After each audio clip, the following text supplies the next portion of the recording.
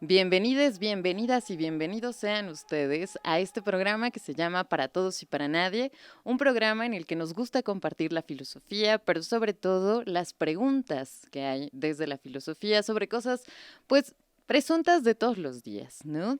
Mi nombre es Arodi Rangel y recuerden que este programa es posible gracias a Frecuencia Aragón, la radio comunitaria de la Fábrica de Artes y Oficios Faro Aragón. Hoy están conmigo aquí detrás de la magia, ¿no? Detrás de lo que hace posible que nos encontremos una vez más, nuestro querido Hernán y mis queridísimas Jess y Gaby. Esto, ¿qué íbamos a hacer hoy? Ah, sí, claro. Íbamos a hacer un programa.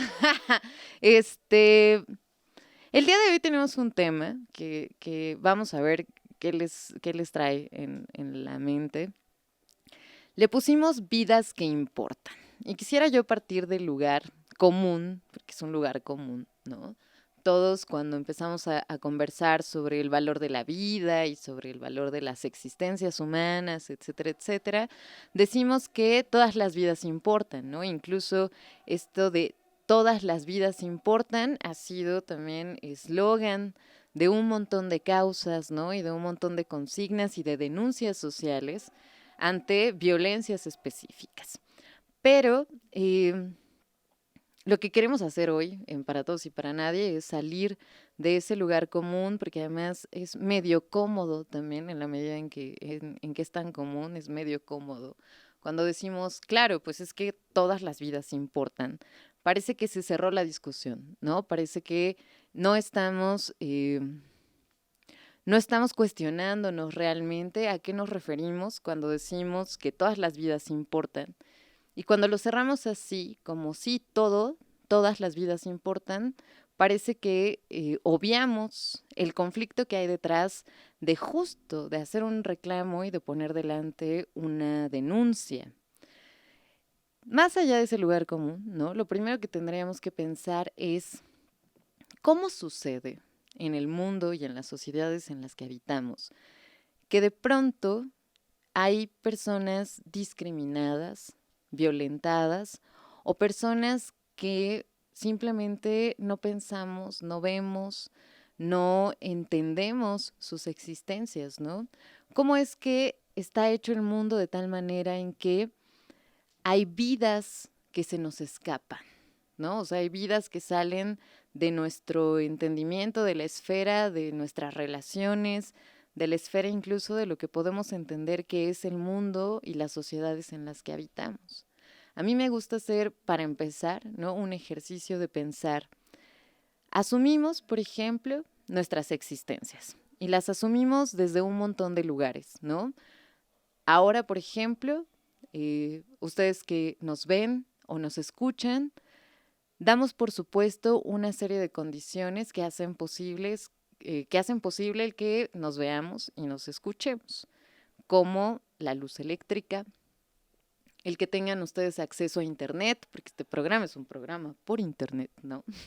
Entonces, el que tengan ustedes acceso a las plataformas, a YouTube o a Spotify, el que tengan un dispositivo a través del cual conectarse a esas plataformas, el que tengan entonces luego los medios materiales, económicos, para hacerse de todos esos servicios y de todos esos materiales. Y suele pasar que para nosotros se acaba en el hecho de tener el poder adquisitivo o los medios para conseguir ese tipo de cosas, ¿no? Para conseguir la luz eléctrica, para conseguir la conexión a Internet, para conseguir los dispositivos, para hacernos de una cuenta en cualquiera de las plataformas en las que nos escuchen. Y para nosotros se acaba ahí, ¿no? Yo tuve para esto. No nos preguntamos quiénes están detrás de esas cosas. ¿Quién está detrás? Y no es alguien nada más, ¿no? ¿Quiénes están detrás de el servicio de la luz eléctrica? ¿Quiénes están detrás de un servicio de conexión a Internet? ¿Quiénes están detrás de la fabricación de estos artefactos? O no sé si sea una computadora donde ustedes estén, Pero ¿quién está detrás de la fabricación del artefacto que hace posible este encuentro? ¿Quién está detrás de esas cosas? Como está hecho el mundo, yo me atrevería a decir que se nos escapan esas vidas. Las vidas que están detrás de todas esas cosas y que hacen posible situaciones que para nosotros pueden ser tan cotidianas como escuchar un programa en Spotify o verlo en YouTube. Obviamos todo eso. El punto es justo ese. ¿Por qué el mundo está hecho de tal manera que cuando nosotros estamos delante de todas estas situaciones, no nos preguntamos por quiénes están detrás de esos productos y de esos servicios? Y luego la historia y la realidad de muchas de las personas que están detrás de estos artefactos, pues tiene que ver con una precarización de sus vidas en términos sociales, económicos, materiales, ¿no? Son personas sujetas a una explotación laboral, digo todos, porque como vimos en el programa anterior, estamos ya todos muy metidos, ¿no? en la idea de ser explotadores de nosotros mismos, pero bueno, hay personas que viven en condiciones de trabajo realmente precarias, ¿no? Y son vidas que nosotros no pensamos cada vez que encendemos una luz, cada vez que vamos a comprar un alimento, donde sea que vayan a comprar un alimento, cada vez que vamos a comprar lo que sea que compremos, ¿no? Este pancito que está aquí, o el agua embotellada, o la ropa que usamos. ¿Qué pasa con esas vidas? ¿Y por qué el mundo está hecho de tal manera que no las contemplamos? La reflexión de este programa es una, justo porque nosotros no vemos y no comprendemos la marginalización y la precarización en la que viven cientos de personas que hacen posibles las vidas que nosotros vivimos tal como las vivimos. Justo porque no lo vemos, es posible que ese sistema de cosas se conserve y se reproduzca, ¿no? Y permanezca, precisamente. Vamos a nuestro primer corte. Es tradición ya aquí en Para Todos y Para Nadie que alguien del talento que forma parte de la estación y de los talleres de Radio Voz y Podcast, que ustedes pueden venir y tocar la puerta aquí en Faro Aragón, nos hacen el favor de leer un texto. Vamos a escuchar el primero de ellos y seguimos aquí en Para Todos y Para Nadie platicando sobre eso, vidas que importan.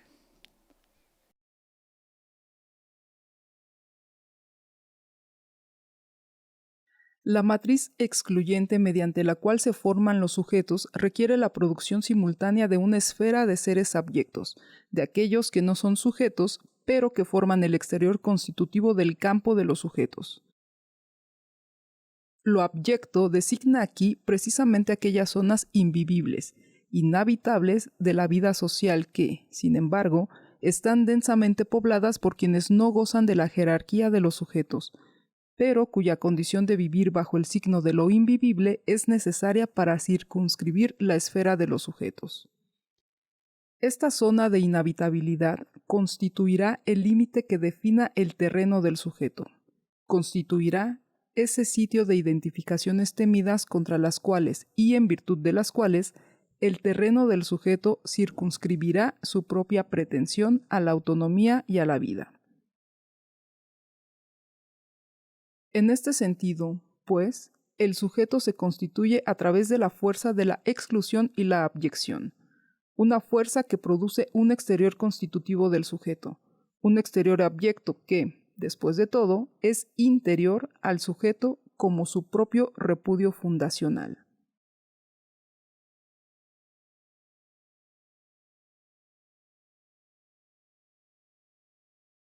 Cuerpos que importan. Judith Butler.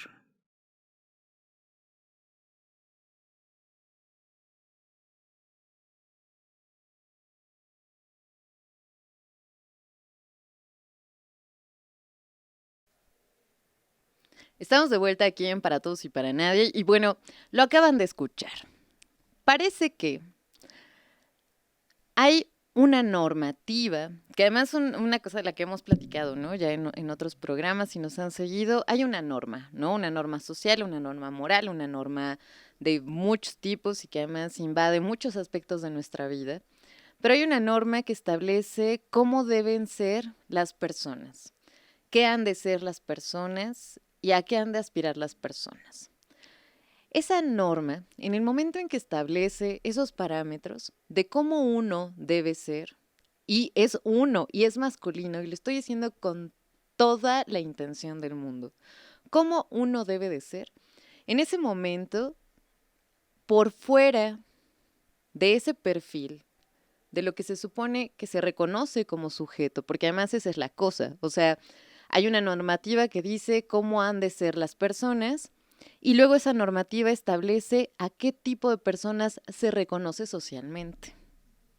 Las personas que ajustan justo en la norma, ¿no? Las personas que caben en ese cuadrito de lo que se ha establecido que ha de ser la persona humana. Cuando se dibuja, ¿no?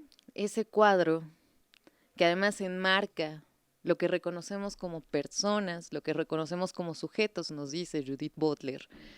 Al mismo tiempo, ese marco, esa línea traza una frontera y deja fuera de esa frontera todo lo que no cabe en lo que se ha normalizado, todo lo que no cabe en lo que se ha socializado, todo lo que no cabe en lo que se ha legalizado también. Fuera de esa frontera, si pensamos, por ejemplo, que en una sociedad como la que vivimos y en la que viven montones de personas, ¿no? En este mundo y en esta actualidad, lo que se ha normalizado y lo que se espera y lo que se reconoce como sujetos son sujetos con poder adquisitivo, ¿no? Con lana, son sujetos con una formación académica específica, son sujetos con un nivel de vida específico, son sujetos con hábitos de consumo específicos, son sujetos con tendencias sexuales específicas, y aquí sí hay que decir heteronormadas, ¿no? Son sujetos que aspiran a crecer más en la escala social y económica. Nos queda claro que fuera de esa línea, lo que queda afuera se marginaliza. Es un lugar común, por ejemplo, decir que el pobre es pobre porque quiere, ¿no? La gente dice, el pobre es pobre porque quiere, porque no le echa ganas, porque no aspira, porque no tiene ambiciones, porque bla, bla, bla, bla, bla. Y no obviamos el hecho de que estamos pensando al pobre a partir de ese marco que ha establecido que la gente si quiere puede. Cuando en realidad, la realidad de las personas que si quieren pueden, solo es posible por el montón de personas que aunque quieran, nunca van a poder. Porque no es una cuestión de querer, porque no es una cuestión del mero deseo, no funciona mágicamente, ¿no? No es como, ah, sí, claro, yo trazo una meta y entonces lo conseguiré. Tiene que haber una serie de condiciones alrededor mío, haciendo posible también que eso que es mi deseo y mi querer se materialice en la realidad. Y si uno se da cuenta, esas condiciones materiales valen para el sujeto que metimos en ese cuadro, no para los sujetos que están afuera de él. La bronca de esto, y es lo que decíamos antes de irnos al corte, la bronca de esto es que en tanto normalizamos que las cosas deben ser de una manera, no nos damos cuenta de la profunda violencia, de la injusticia y de un montón de cosas que hacen más precarias unas vidas que otras. En el momento en que nos compramos el patín de, ay, sí, claro, ser alguien en la vida, ¿no? Y tener y poder, etcétera, no obviamos el hecho de que hay personas para las que eso tal vez no es posible, no porque no lo anhelen, no porque no lo hayan pensado, sino porque viven en condiciones que escapan además a lo que pueden hacer, ¿no? Hay una idea de pensar, ya no en sujetos, porque además, como veíamos la vez pasada, es una cosa muy abstracta. Hablar de sujetos, hablar de subjetividades, parece que es algo ahí flotando como en nuestras mentes, o sea, somos, pero no somos, eso no termina de anclarse. Y justo para anclarlo es preciso pensar desde la materialidad del cuerpo, desde el hecho eh, real, realísimo, ¿no? La cosa que experimentamos nosotros todos los días desde nuestra corporeidad, que es la vida. Pensar no ya en sujetos en abstractos, sino pensar en vidas y en cuerpos específicos, nos hace voltear a un hecho que es inevitable, ¿no? Que no podemos dejar de lado. Nosotros no nacimos de la nada. No llegamos al mundo nada más porque sí, no aparecimos ¡puc! Mágicamente. Venimos de una mujer. Nacimos, nos gestaron en un vientre. Ese vientre es también un cuerpo y ese cuerpo está anclado, estuvo anclado en una realidad y en un contexto específico. Además, el animal que somos no sobrevive solo. ¿No? Hay muchos memes de somos el único animal que sigue viviendo con sus papás a los 30 años, ¿no? Cualquier parecido con la realidad es mera coincidencia, pero, pero lo que buscamos evidenciar es esta fuerte dependencia que tenemos unos de otros. Un ser humano recién nacido no puede ser dejado al abandono, ¿no? Así, a la calle, a la basura, y podría sobrevivir. No, el mundo que hemos hecho está tejido de tal manera que necesitamos a los otros y los otros nos necesitan igualmente para subsistir. Cuando anclamos la realidad de lo que son nuestras subjetividades, de lo que pensamos que somos en tantos sujetos, no podemos no voltear a ver nuestra corporeidad, no podemos no voltear a ver el cuerpo que somos y no podemos no ver que eso late, que eso vive y que esa vida no se debe a sí misma. Nosotros para vivir necesitamos muchas cosas, ¿no? Y no estoy hablando de Instagram, ni estoy hablando de un like, ni estoy hablando de cosas materiales como traer el último iPhone. Necesitamos cosas que se han llamado básicas, necesitamos cobijo, necesitamos alimento, necesitamos un techo, necesitamos redes, lazos, personas, para que eso sea posible.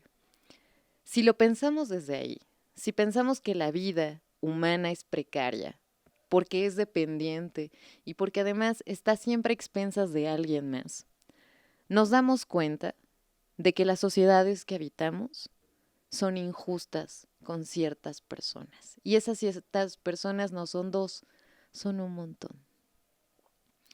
Cuando hablamos de vidas que importan, tendríamos que voltear a ver cómo está estructurada la sociedad en la que vivimos y para qué personas es real que tienen las cosas mínimas, básicas, materiales para subsistir. La otra historia es que en la medida en que la sociedad misma en la que vivimos produce las diferencias, produce esa marginalización, de alguna u otra manera está dando un mensaje. Hay vidas que hay que mantener, que sostener, que procurar, y hay vidas que no se mantienen, no se procuran y no se ve que sean bien vividas.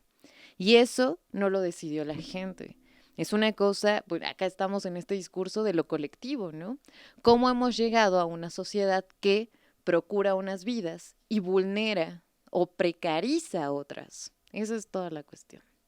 Para seguir ahondando en esta situación, vamos a escuchar una voz más del talento de esta preciosa estación de Frecuencia Aragón. Recuerden que esto es para todos y para nadie. Mi nombre es Ardi Rangel y estamos de vuelta enseguida.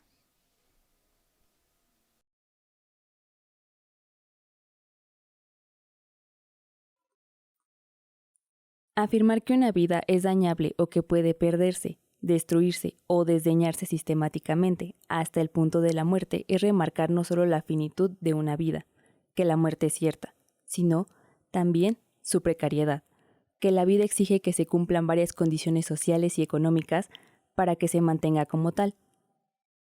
La precariedad implica vivir socialmente, es decir, el hecho de que nuestra vida está siempre, en cierto sentido, en manos de otro, e implica también estar expuestos tanto a quienes conocemos como a quienes no conocemos, es decir, la dependencia de unas personas que conocemos o apenas conocemos o no conocemos de nada.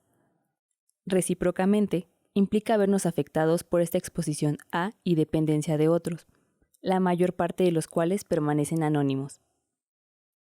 Estas no son necesariamente unas relaciones de amor, ni siquiera de atención, pero constituyen unas obligaciones hacia los demás, a la mayor parte de los cuales no podemos nombrar ni conocemos, y que pueden tener o no rasgos de familiaridad con un sentido establecido de quienes somos nosotros.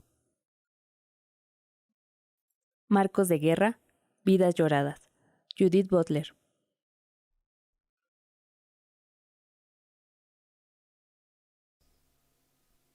Estamos de vuelta en Para Todos y Para Nadie y seguimos con la cuestión, vidas que importan. Como se dieron cuenta, ya salimos del lugar común de, ay, sí, todas las vidas son importantes, todo vale, todo cuenta. Más bien lo que estamos tratando de poner delante es que no, y no porque no creamos que todas las vidas importan. Lo que estamos tratando de evidenciar es que el mundo está hecho de tal manera que unas vidas se procuran, unas vidas se salvaguardan, unas vidas se lloran, diría Judith Butler, ¿no? Las vidas que merecen la pena ser lloradas y las vidas que no merecen la pena ser lloradas. Hay una distinción en nuestras sociedades, en los gobiernos en los que vivimos, en los marcos a partir de los cuales pensamos, los sujetos que somos, los cuerpos que habitamos, las vidas que vivimos. Ese marco es posible gracias a todo lo que deja fuera. Y esas personas que quedan fuera del marco son las personas de las que no se lamenta su muerte.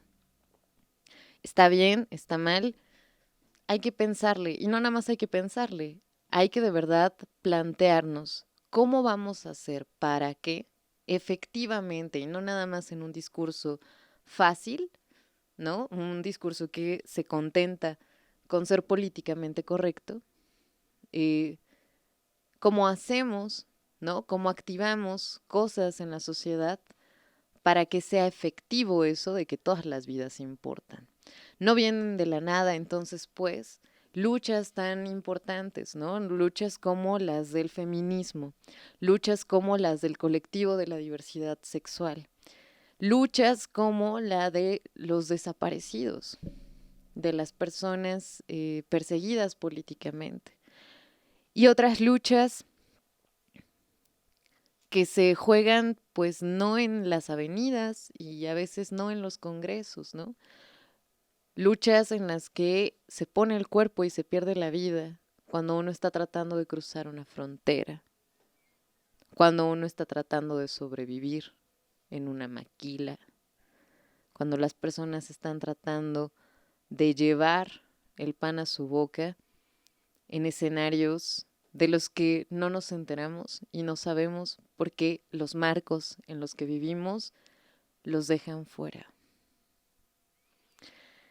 Entender eso, ¿no? Que hay un marco a partir del cual pensamos las personas que somos, pensamos las vidas, pensamos los cuerpos, entender que hay ese marco y además entender que justo porque ese marco existe, hay algo que queda fuera, es pues el primer paso para entender una realidad social que se nos escapa.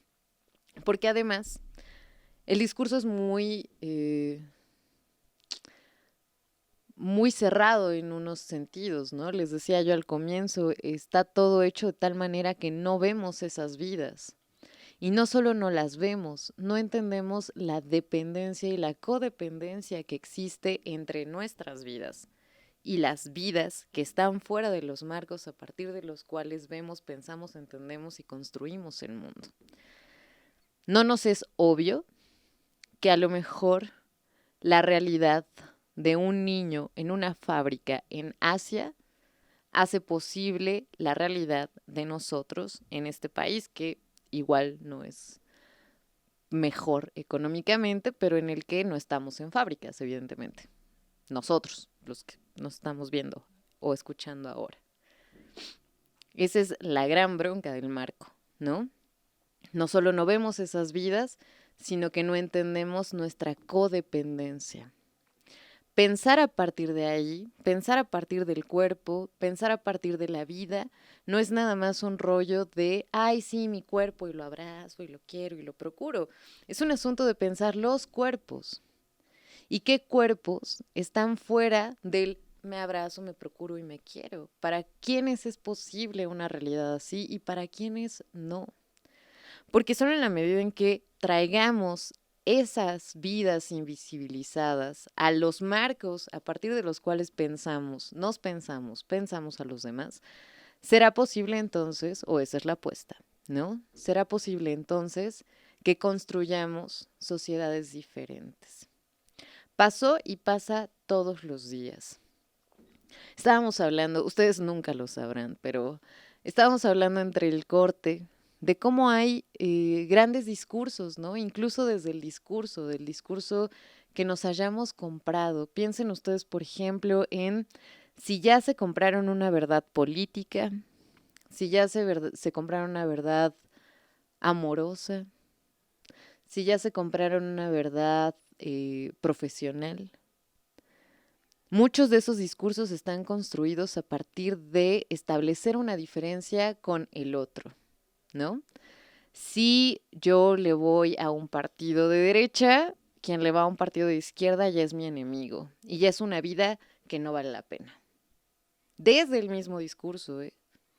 O sea, a lo mejor no hay que pensar en la realidad ultra marginalizada del otro lado del mundo para entender que en actos de habla, en actos de conciencia, en actos que son políticos, porque ya lo hemos hablado en otras ocasiones, estamos haciendo una diferencia con el otro y estamos entonces suponiendo que hay una vida que merece la pena y hay vidas que no valen nada. Desde esos discursos, ¿no? Si ya se compraron una realidad amorosa, lamentablemente, bueno, escuchaba yo hoy leía que en México el matrimonio igualitario es una realidad a lo largo y ancho del país.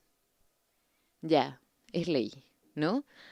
Eso está pasando en términos legislativos, pero piensen ustedes en cuántas personas no tienen un discurso violento y de discriminación hacia las personas de la diversidad sexual. Desde ahí estamos construyendo nuestro marco a partir del cual entendemos que una vida merece la pena ser vivida y hay vidas que no están padres. O pensar, por ejemplo, en términos muy, pues a lo mejor muy pueriles, ¿no? Pero también pasa. Sobre todo es un chiste de lugares, por ejemplo, de carreras, como la que yo estudié, ¿no? La gente de filosofía y la gente de ingeniería, ¿no?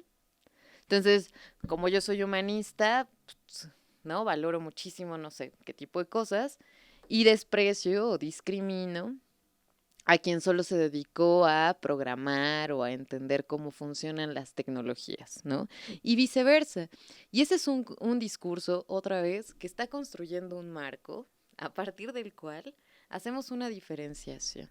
Entonces, eso sucede en términos del habla. Y además de cómo nos posicionamos en el mundo.